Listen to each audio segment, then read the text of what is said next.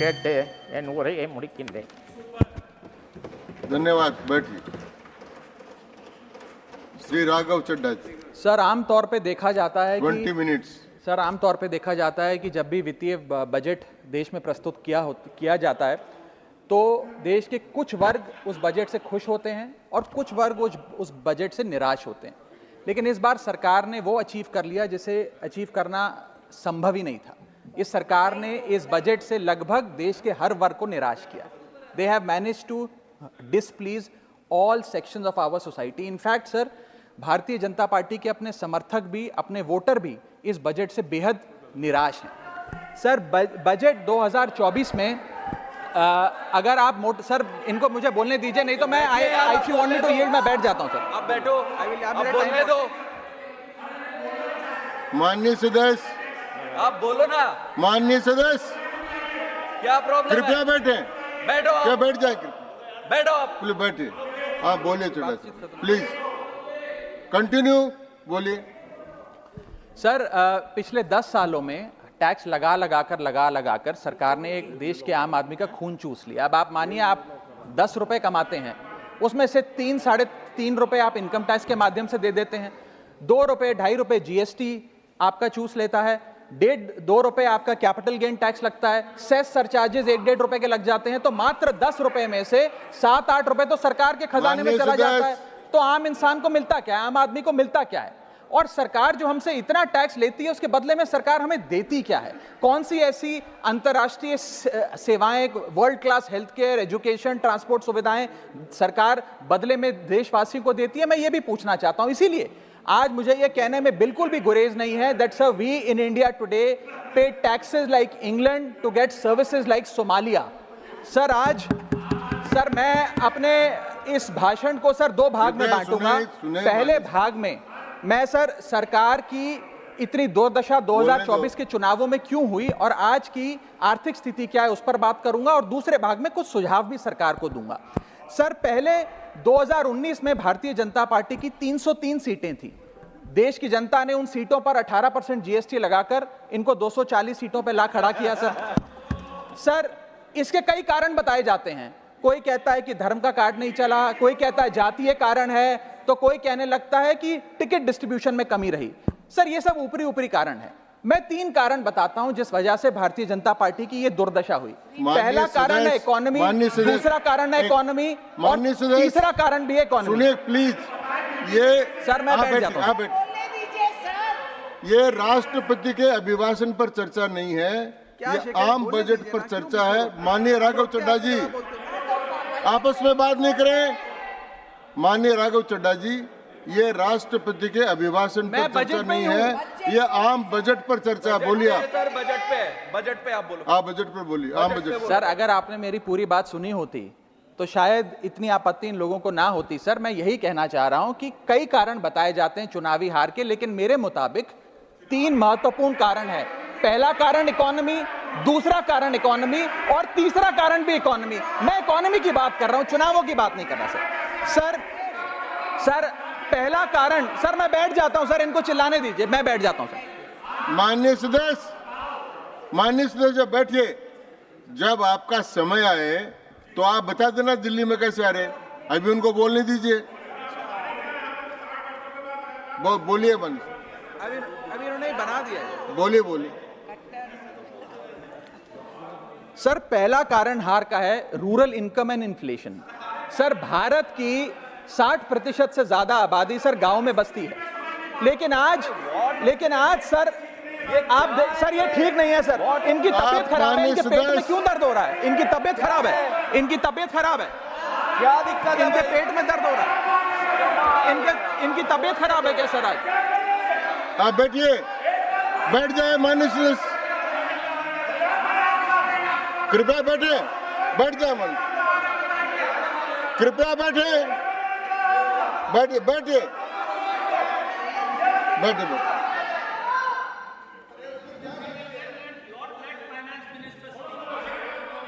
आप माननीय सदस्य डिस्टर्ब मत करें, इनको बोलने दें. आपको बोलने का अवसर मिलेगा, अब इनको बोलने दें. हाँ सर मैंने 2.5 मिनट बोला, उसमें 5 बार इन्होंने इंटरप्ट किया. मैं अपना समय सूद समेत इनसे वसूलूंगा सर। सर मैं आगे चलता हूं सर। इस देश में ये सर पहला मेरा कारण था ब्याज की आदत ठीक नहीं है sir. Rural income and inflation sir, आज rising rural inflation, rural unemployment, low crop yield, income inequality, farmer debt, high input cost, low income, no MSP और क्रॉप लॉसेस के चलते ये आलम है सर कि रूरल इनकम ग्रोथ वित्तीय वर्ष 23-24 में डेकेडल लो पे है, डेकेडल लो पे। और सर इसी के साथ साथ किसानों की आय दुगना करने का वादा था, स्वामीनाथन कमीशन के अनुसार एमएसपी देने का वादा था, वो वादे जब पूरे नहीं हुए तो आलम यह है सर कि पिछले 25 महीने लगातार रियल रूरल वेजेस डिक्लाइन पर हैं लगातार। और इसके साथ साथ यूपीए के दौरान, कांग्रेस पार्टी की सरकार के दौरान फार्म वेजेस में 8.5% का इजाफा देखा गया था। एनडीए 1 के दौरान 3% और एनडीए 2 के दौरान -0.6% का इजाफा देखा गया, यानी कि रूरल वेजेस गिरती जा रही हैं। सर मैं ऐसे साधारण भाषा में समझाता हूं सर 2014 में एक दिहाड़ी मजदूर एक दिन की अपनी दिहाड़ी से 3 केजी अरहर की दाल खरीद सकता था सर आज वही दिहाड़ी मजदूर वर्ष 2024 में एक दिन की दिहाड़ी से 1.5 केजी अरहर दाल खरीद पा रहा है, यानी कि महंगाई भी बढ़ रही है और उसकी आमदनी भी घट रही है। इसका नतीजा क्या हुआ सर? इसका नतीजा यह हुआ कि इनका वोट शेयर घटा, रूरल एरियाज में 5% भाजपा का वोट शेयर घटा, इनके खुद के यूनियन एग्रीकल्चरल मिनिस्टर चुनाव हार गए और 398 रूरल सीट्स में से 2019 में इनको 236 मिली थी, आज 398 सीट्स में से इस बार मात्र 165 सीटें मिली हैं, यानी कि रूरल इंडिया में इनको नकार दिया गया है सर दूसरा मेरा जो आज देश में आर्थिक स्थिति है जिसके कारण इनकी भी ये चुनावों में दशा हुई, उसका है फूड इन्फ्लेशन। सर थाली का बजट बिगड़ गया सर, आटा हो, दूध हो, चावल हो, दही हो, हर वस्तु पे महंगाई का आलम है, जीएसटी का आलम है और लगातार इस देश में फूड इन्फ्लेशन बढ़ता जा रहा है। 9 से 9.5% के लगभग आसपास फूड इन्फ्लेशन मंडरा रही है सर इस देश में। और मैं पूछना चाहता हूं सरकार से कि वो कमोडिटीज जिसमें हम सेल्फ सफिशिएंट थे, वो कमोडिटीज जिस पे हम एक्सपोर्ट किया करते थे, उसमें कैसे महंगाई घुस गई? और अगर वो कमोडिटीज भी महंगी हो गई हैं तो उसका फायदा किसान को क्यों नहीं मिलता? वो सारा पैसा जा कहां रहा है? ये एक बड़ा महत्वपूर्ण सवाल है सर। आटा 2014 में 21 रुपए प्रति केजी बिका करता था, आज 42 रुपए प्रति केजी हो गया है। दूध 30 रुपए प्रति लीटर के आसपास बिका करता था वर्ष 2014 में, आज 2024 में 70 रुपए प्रति लीटर बिकता है सर। देसी घी 2014 में 300 रुपए प्रति केजी पे बिका करता था, आज 2024 में 675 रुपए प्रति केजी बिकता है। अरहर की दाल 80 रुपए प्रति केजी बिका करती थी 2014 में, आज 230 रुपए प्रति केजी बिक रही है। और न जाने कितनी वस्तुओं के दाम आसमान छू रहे हैं सर। और अगर यही रफ्तार रही महंगाई की तो जितनी रफ्तार से 303 से 240 पर आए हैं, उससे तेज रफ्तार से 240 से 120 पर आएंगे सर ये लोग। Sir third reason is unemployment, यानी कि बेरोजगारी। सर इनफॉर्मल सेक्टर हो या फॉर्मल सेक्टर हो, अनऑर्गेनाइज सेक्टर हो या ऑर्गेनाइज सेक्टर हो, हर जगह अनएम्प्लॉयमेंट है। और सीएमआई की रिपोर्ट यह बताती है कि अनएम्प्लॉयमेंट दर ऑर्गेनाइज सेक्टर की इस देश में 9.2% है। अनऑर्गेनाइज सेक्टर की तो बात ही भूल जाइए, ऑर्गेनाइज सेक्टर की अनएम्प्लॉयमेंट दर 9.2% है। और हम लोग अपने देश के ह्यूमन रिसोर्सेज को किस कागार पे लाकर खड़ा कर दिया है उसका आलम देखिए सर। उत्तर प्रदेश सरकार के सचिवालय में पीएन की पोस्ट के लिए 368 नौकरियां निकली, 23 लाख लोगों ने उसके लिए आवेदन पत्र दिए। इंडियन रेलवेज के ग्रुप डी एम्प्लॉइज में 63,000 पोस्ट निकली, उसके लिए 2.5 करोड़ लोगों ने आवेदन पत्र दिए। 2.5 करोड़ ऑस्ट्रेलिया की आबादी से भी ज्यादा है sir 9,900 constable post Bihar police निकालती है, उसके लिए 11 लाख आवेदन पत्र आते हैं। और सर सारी चीजें छोड़िए, महाराष्ट्र सचिवालय के कैंटीन में 12 वेटरों को भर्ती करने के लिए जब आवेदन पत्र मांगे गए तो 7,000 लोगों ने आवेदन पत्र दिए, जिसमें कई पोस्ट ग्रेजुएट्स और ग्रेजुएट्स भी शामिल थे सर। यह बेरोजगारी का आलम है। चौथा, की सेक्टर स्टैग्नेशन।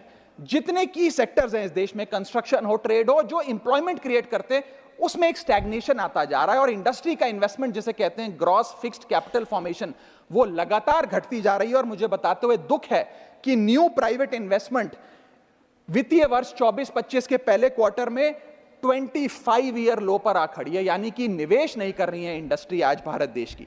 सर, पांचवा कारण है गिरती हुई पर कैपिटा इनकम, यानी कि प्रति व्यक्ति आय।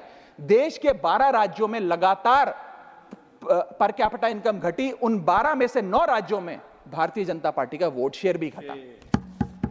छठा कारण, decline in financial savings and rising debt burden on the Indian household, यानी कि एक औसतन भारतीय परिवार का कर्ज बढ़ता जा रहा है और उसकी सेविंग्स घटती जा रही हैं। फाइनेंशियली हम लोग फ्रेजाइल होते जा रहे हैं और ये रिजर्व बैंक ऑफ इंडिया के गवर्नर ने खुद कहा कि सेविंग्स बैंक अकाउंट खातों में से सेविंग्स गायब होती नजर आ रही हैं। हमारा net financial savings to GDP ratio वो घट रहा है, हाउस होल्ड सेविंग्स वो घट रही हैं और लगातार सेविंग्स में डिक्लाइन देखा गया। और मैं सिर्फ बुराई नहीं करना चाहता, मैं सुझाव भी देना चाहता हूं। मैं आने वाले अपने भाषण के भाग में 8-10 महत्वपूर्ण सुझाव भी सरकार के लिए लाया हूं। देश हित में, देश की अर्थव्यवस्था के हित में सुझाव देना चाहता हूं। पहला सुझाव, index minimum wages with inflation, यानी कि न्यूनतम मजदूरी आय को बढ़ती महंगाई के साथ जोड़िए। Ma'am, inflation erodes purchasing power. Inflation वो महंगाई वो दीमक है जो आपकी परचेजिंग पावर, आपकी संपत्ति को खा जाती है। इसीलिए आज मैं कहना चाहता हूं कि जैसे बेल्जियम जैसे देशों ने ऑटोमेटिक इंडेक्सेशन ऑफ वेजेस लागू किया है, उसी प्रकार हमारे देश में भी मिनिमम वेजेस की ऑटोमेटिक इंडेक्सेशन होनी चाहिए। और यहां मैं बताना चाहूंगा कि मेरे नेता अरविंद केजरीवाल जी ने, हमारी आम आदमी पार्टी की सरकार ने देश में सबसे ज्यादा मिनिमम वेजेस दिल्ली में देने का काम किया। दूसरा मेरा महत्वपूर्ण सुझाव, rework the agricultural pricing formula, यानी कि जब किसान खुले बाजार में अपनी फसल बेचने जाता है मैम, तो वहां पर एक मिनिमम रिजर्व प्राइस होना चाहिए, यानी कि उस प्राइस के नीचे किसान की कमाई नहीं होगी, किसान को उस रेखा के नीचे का दाम नहीं मिलेगा। इससे प्राइस वोलेटिलिटी से किसान बचेगा, इकोनॉमिक सिक्योरिटी किसान को मिलेगी और प्रोडक्शन में कंटिन्यूटी रहेगी। मेरा तीसरा सुझाव, legal guarantee to MSP in accordance with Swaminathan commission report. Swaminathan commission report की बात सुनते सुनते कि हम लागू करेंगे, मेरे भी बाल पक गए हैं, लेकिन आज तक लागू नहीं हुआ। मैं अनुरोध करूंगा सरकार से कि उस लीगल गारंटी को देश के किसान को सौंपे।